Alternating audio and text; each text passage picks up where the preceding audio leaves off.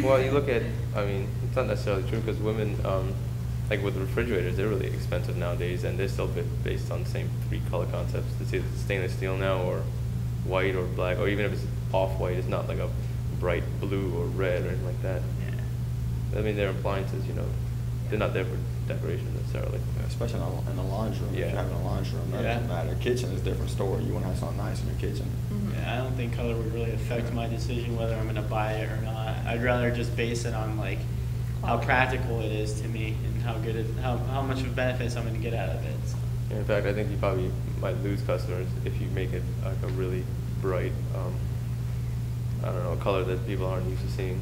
I think in a I'd washer probably and buy dryer. it blue, I'm not gonna lie. I'm not gonna lie, I probably would. I think that at the beginning when the product first comes out, it's going to be like, oh my gosh, this is really expensive. But as it comes out, more products are probably going to be developed around the same line. So you'll probably have more people buying it a little bit afterwards, like any product pretty much. So So you're saying it's offer worth the a color try. later? Huh? You're saying offer the color later? Probably. Like where when you first have it out, it's you're the only one that has it. Yeah. So regardless, it doesn't really matter what the color is. But like after there's other people coming out with products, well now you have now we have this in different colors. Like an Kinda like the upgraded iPod, version. like Yeah. how that happened. You know, Like once you lose the competitive edge of being the only person that has that product, then offer it in different colors to differentiate your product from the others. Okay. Where would you expect to buy this product? Best Buy. I'd say Sears. Best Buy. Yeah, I was gonna say Sears. I'm in it. Maybe like like Sears, that sounds Lowe's like it, too. or Home Depot or something like that. They have appliances like that. Yeah, yeah. I would say Sears. Yeah, I think. those chains like that. Okay, how much would you expect to pay for a product like this? Oh. $40,000. I don't even know how much. Yeah, I don't Yeah, know how much how do much washers Washing and dryers dryers are like, normally run? I don't know, like thousands of dollars right now. Aren't they normally like 600 each for a washer and That's 600 about- for a that's dryer? about average, I think. Does anyone know? That's about average for that. Really? For Yeah. like washing dryers. I mean, you'd expect it to be a little higher though. I mean, I don't Yeah, really exactly. know how much higher. But Yeah. if probably normally over it's- 800. If normally like buying each separate is 1,200 together, then Yeah. I'd expect this to be more expensive because it's together. Yeah, but you're limited What to you guys machine think? part, like 1,000, I would think, around there. Yeah, Roughly I'd say 1,000. I would say it'd be way more. I'd I'd say say it'd be it'd be a like few thousand. Just because it's really, I mean, it's really advanced. You're talking about something that's not around yet. It's something people are really gonna want. The It's- same thing with the concept of the iPod.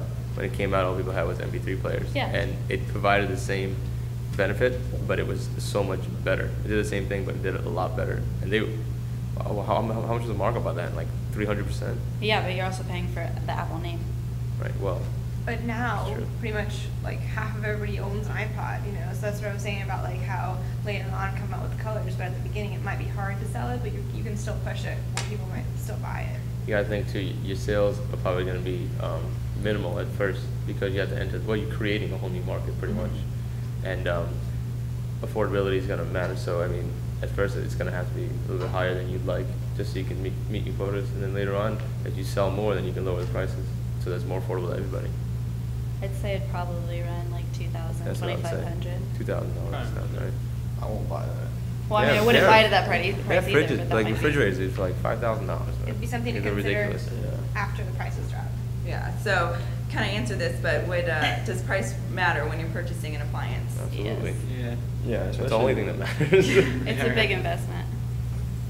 So. I mean, I don't know. I haven't bought any appliance that's bigger than a toaster. So I mean, honestly, I don't know. But yeah, I mean, I would affect it a lot actually. The first thing I think of when I buy a big appliance like this is, say it's $2,000.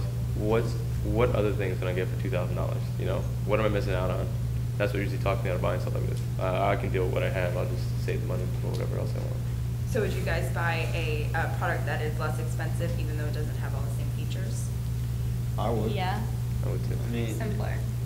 I mean, for the money, if it's worth it, yeah. I mean, if it's $500 less for like one less feature, I'd probably go for the one that's cheaper too. So. Then it comes into income. Like it depends on your income. Because if I have money to spend, I'll get the best product out there.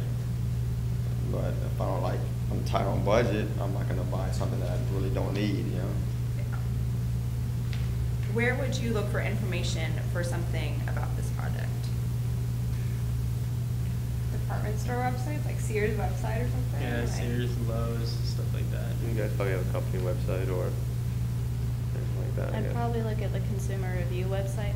just because like CNET or whatever it is that has like all different kinds of products, there's somebody up there talking about, well, this was good about it, this was bad about it. And I normally read those before I buy any kind, or watch them before I make any big purchases. Okay, what would prevent you from buying this product? Price. Yeah, price. Price and, I mean, how well it works. And like the other competition too, you know. I'd Price say compared to I'd say quality. color too, because I mean, like you only had it in blue and red. I'm not gonna buy it. I'd Yeah. rather get the crappier one version or something. Okay, which feature is most important or influential when deciding whether or not to purchase this product? And then I can do both. And you know, I can wash and dry. And that's pretty good. Yeah, Having it's just just all, the you convenience. save room that way too, and you know. Yeah, because I mean, if you live in an apartment, like some places only have spaces for the stackable ones, and some like don't have enough room for both of them. So if you can't get a stackable one, or if the price is at least comparable to the stackable one, Mhm. then that would be influential in my decision. So the space, saving space. Anything else? Well, same thing really, I mean, now they got stackable dryers, the space isn't really the big thing. I mean, I'm influenced by the fact that it does both, that's good, but I mean, the price would have a big part in my decision. I agree pretty much with what I was saying. Okay, where would you expect to see an ad for something like this? Catalog. The stay-at-home mom magazines, like, you know, the ones in the supermarket right when you get up, that are impulse buys, Mhm. whenever Something. you're shopping for groceries and stuff. One of the like Good Housekeeping or whatever magazines. You know, like one of the pamphlets that come in the newspapers. Yeah, that's So what I like, was gonna say. like JCPenney and Sears and all that stuff, they always have appliances and electronics on there. Like the ones that come in the Sunday paper? Right. Yeah. Yeah. That's where I would probably look at. I know That's what I was I know thinking. my That's only- parents just got one, and they looked in the newspaper, like on those like you said, those like clippings, and just looked for different prices and stuff, and found out which the best through the newspaper actually. So Aside from in-store stuff, sorry. I mean, that's the only place I've seen washer and dryers. Pop-up ads on the computer. I hate those. That would probably make me not buy I it. delete that, so I only look at that. Now you said catalogs. What catalogs do you mean? Well, I was thinking like, you know, like just a department store type thing. Like if you were to have like you walking through or something, you'd see a department store catalog, you might see one in there or something. Oh, okay. Which marketing media would influence you to buy this product? Like if you saw an ad on which marketing media, what is more influential to you?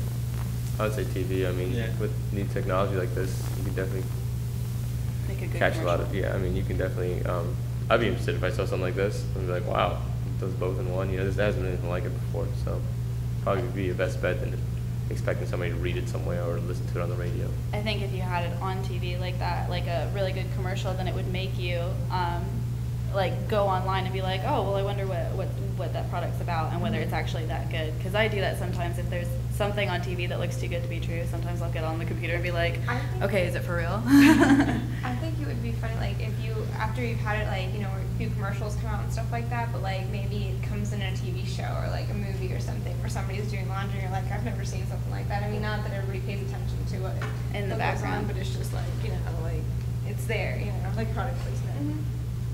yeah, at least on TV you can just emphasize like what it does a lot more than you would say like in a newspaper. Like you could just show like 2-in-1 dryer, but I mean like if you have it like on TV, you could like go in a little bit more depth and educate them a little bit more on the product. So. But even with the commercial for, what is that, like the Purex, the all-in-one washer dryer sheets where Yeah. it's everything in one, she's just talking about how much easier it is. Mhm. And if you have a commercial that's talking about how much easier something's gonna be, then, I mean, it'll probably influence a lot of people to at least look it up. For some reason, I just thought about that touch, have you seen the commercial for the touch faucet thing? Oh yeah, where you just tap it. You just tap it and Oh, it yeah, comes on, yeah. taps it and comes on. When your hands are dirty and they have that Yeah. whole Italian opera thing going on. So, because it is so in-depth and has so many features, TV would be the best to explain them all, is what Mhm. you're saying. Yeah. Okay, how likely are you to purchase this product on a scale of 1 to 5? 5 being very likely, 1 being very unlikely. Do you have a approximate price? As of now,